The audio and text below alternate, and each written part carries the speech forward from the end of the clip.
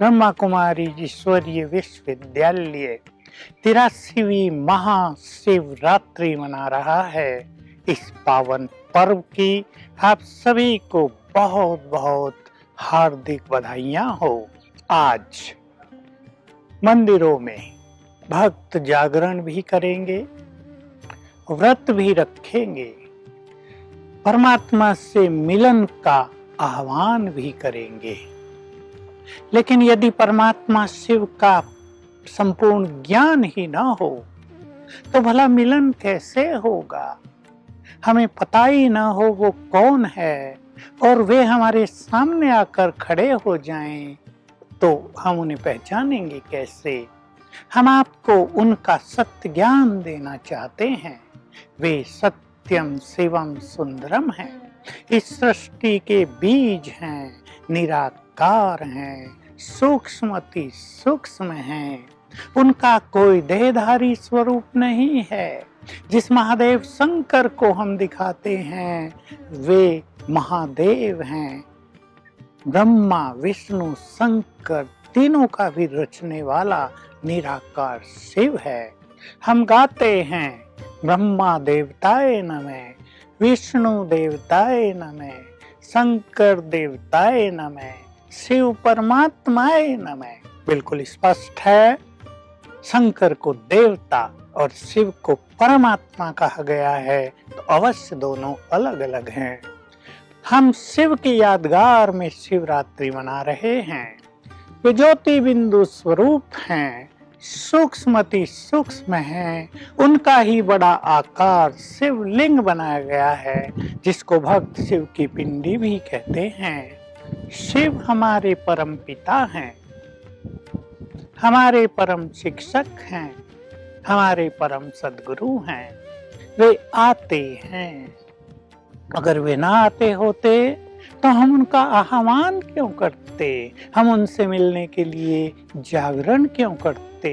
वे ज्ञान के सागर हैं, आएंगे तो क्या करेंगे, सत्य ज्ञान देंगे। अब वे आकर सत्य ज्ञान दे रहे हैं।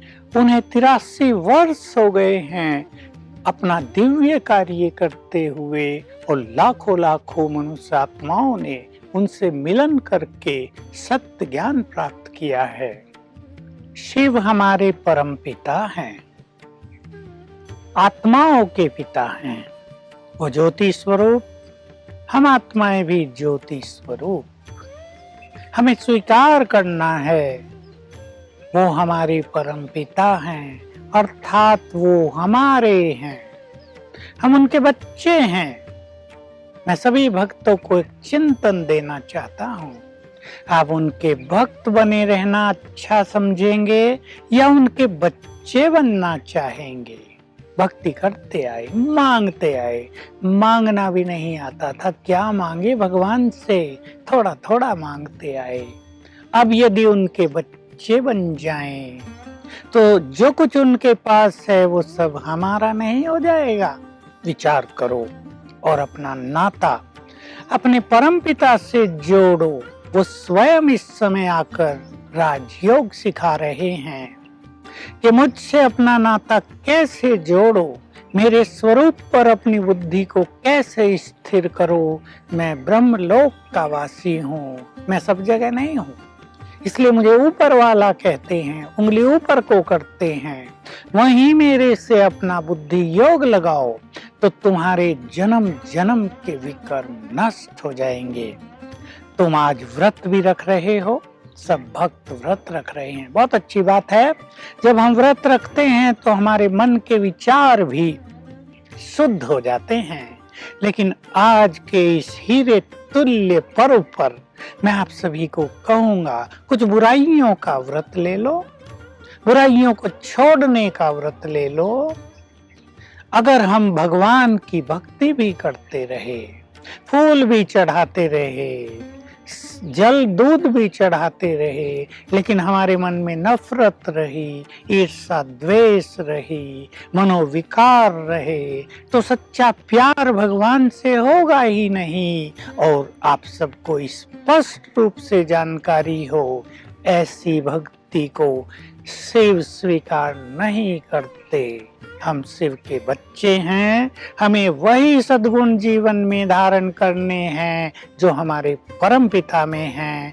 तब हमारा सच्चा प्यार उस तक पहुंचेगा, हम सच्ची शिवरात्रि मना सकेंगे। आज आप शिव पर फूल पत्ती भी चढ़ाएंगे, उनके साथ यदि कोई अपनी कमी भी चढ़ा दें, कोई अपनी बुराई भी अर्पित कर दें, तो आपका शिव बाबा आप पर बहुत प्रसन्न हो जाएगा।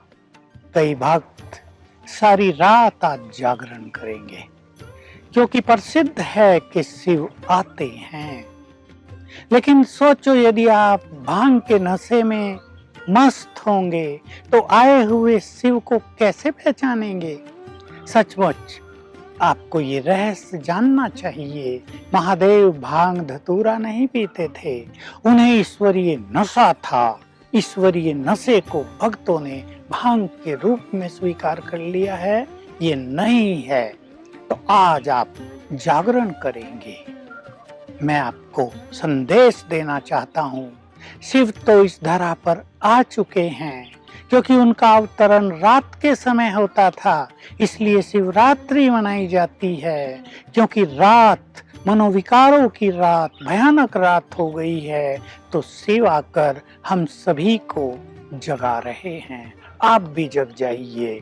वे याद दिला रहे हैं, तुम आत्मा हो, ये शरीर नहीं हो, तुम मेरे भक्त नहीं, मेरे सपूत बच्चे हो, मैं तुम्हें बहुत प्यार करता हूँ। आप सभी को ये खुशखबरी हम बताना चाहते हैं कि 83 वर्ष हो गए शिव को इस धरा पर अपना दिव्य कार्य करते हुए।